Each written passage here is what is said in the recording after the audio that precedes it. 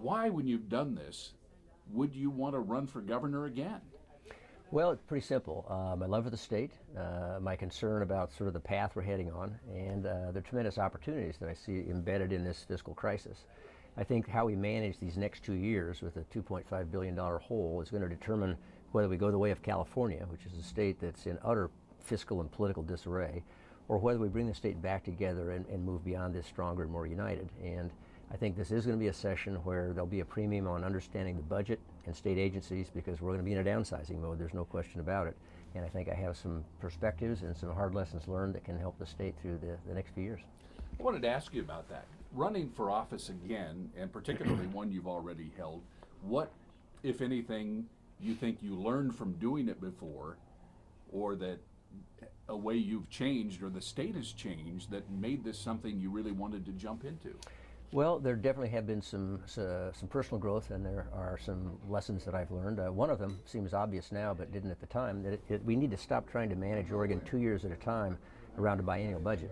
There's no successful business community that operates on a 2-year event horizon. We need to have a 6 or 8 year budget framework so that each legislative session is a building block towards the future we want to build here in the state of Oregon.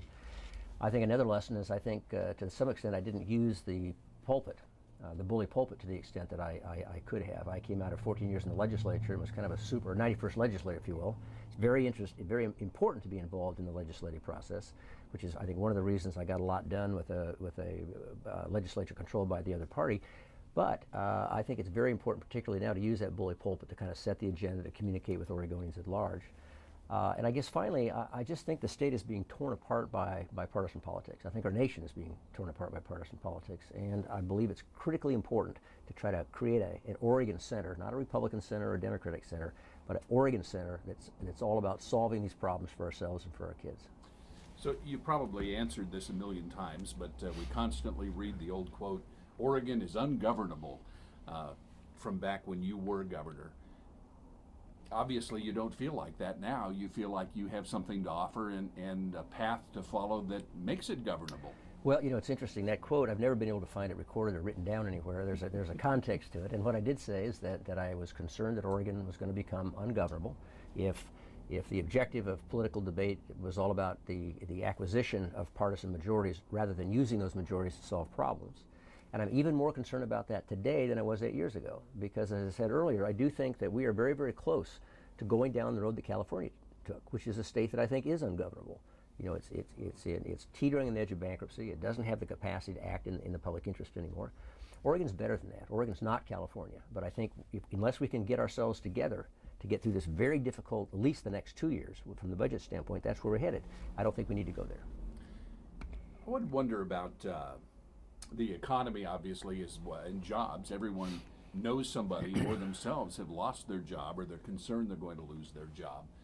And we often hear the argument over whether the state creates jobs or an environment to help businesses create jobs, and I've heard you talk about that. As governor, what kind of an idea do you have, or what would you like to see the state do to put us on a better economic footing?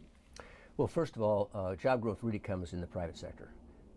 The private sector economy is what provides the resources that in turn fund education and workforce development and public safety, which are public services on which the private sector economy depends. So I think we've forgotten that there's an interdependence between the public and private sectors.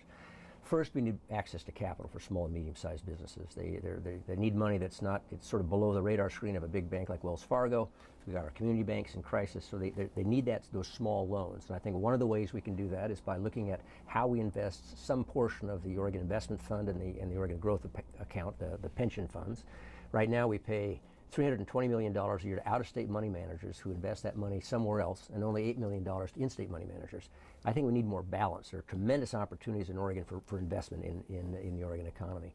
Secondly, we need to create incentives for businesses that have capital to reinvest it in the state.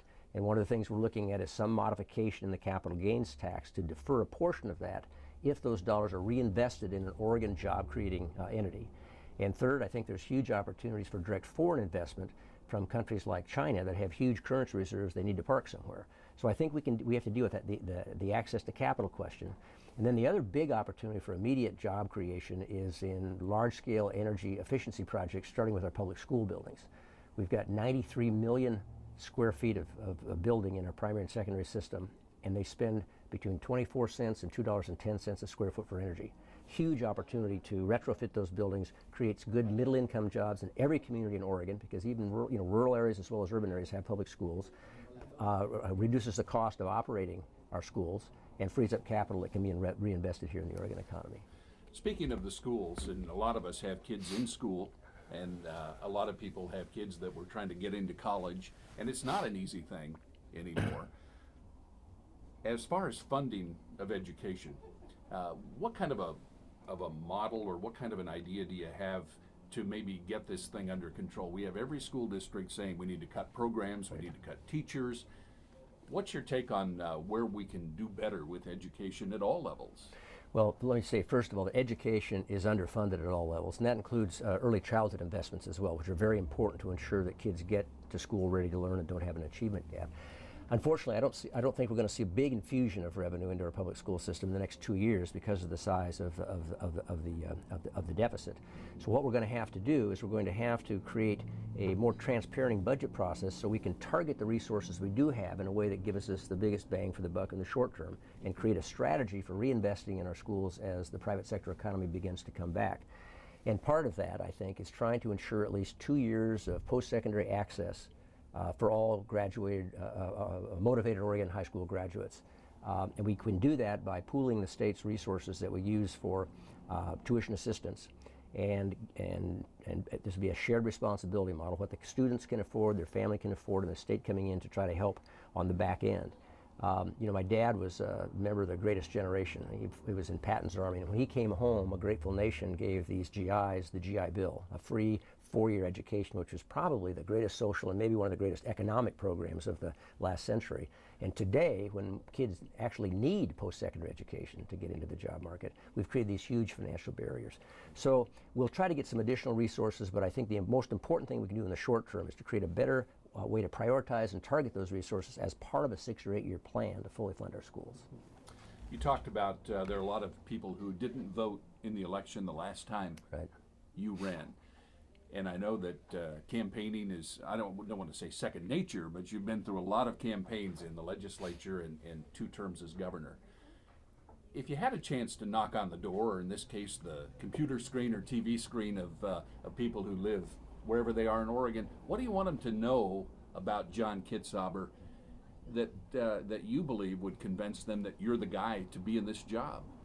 Well, I have a pretty transparent record over the years, some good, some bad, but there were a lot of, I think, important accomplishments in the years I spent in the legislature and in the governor's office. I don't need a second term. I mean, I'm in this to really try to lay out the difficult choices and the policies that we have to adopt together as a state to move Oregon forward. And I have a lot of direct experience in state policy, and certainly in the legislature and as an executive. And it's interesting you mentioned knock on the computer screen. In '98 we had a website for the campaign. I'm not sure I could have found it, with a flashlight. And now I've got a Facebook with 11,000 people on it, and we have a Twitter operation. And it's very fascinating to me the different ways in which different segments of the population now get their information, which has been a challenging but very interesting part of this election cycle.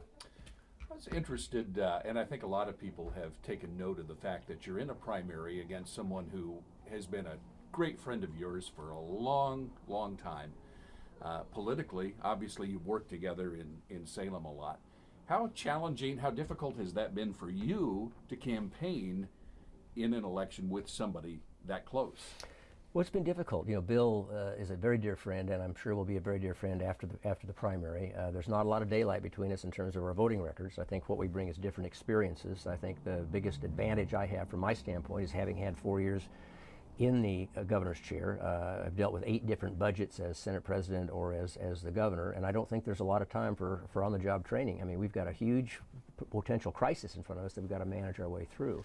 So, Bill, great guy, a tremendous public servant. You never hear me say anything negative at all about Bill. I just think we have a different set of experiences, and the voters will have to decide which one of us they think is more qualified and ready to take over the helm.